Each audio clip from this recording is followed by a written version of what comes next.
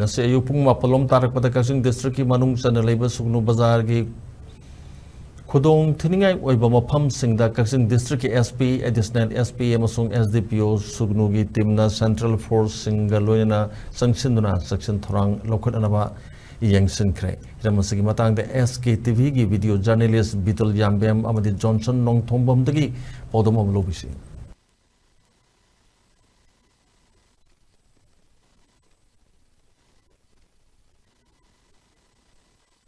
Hojai ina lejeriba mafam asi Checksin district ki manung chana leiba Sugnu hariba mafam asidani Sugnu Bazar asida leiba lek sideda koi Central Force amadi State Forcing sina koi Checksin Thourang local pagi manung chana Sugnu Bazar gi lek singida changkil laglaga Checksin Thourang adu local pagi mami ni adu Checksin Thourang si local gi bagi maru ebade koi numini ni humni mari ni asida koi ki miltian sing sina akan ba mawong da koi koktruk amadi leiba koi chingkhong singya sing sida koi landarakpa amadi misam kaya koi aso open nanghan ba sian ba yawna hai ba Sugnu sidesu koi Central Force amadi State Forcing sina koi Checksin Thourang local pagi mami ni stelengak singina sumaina local clipase koi pajam yam sidedi wakhalda nungaiba amadi hawi habduni du mafam sida leibase koi manung si changal laga koi toyen ama lei toyen se ulang thok khaga di kugi khun habduni aji leibase koi Imphal toyen gi marin dane leiba mafam asidagi wangma lanthok akandana kugi khunduni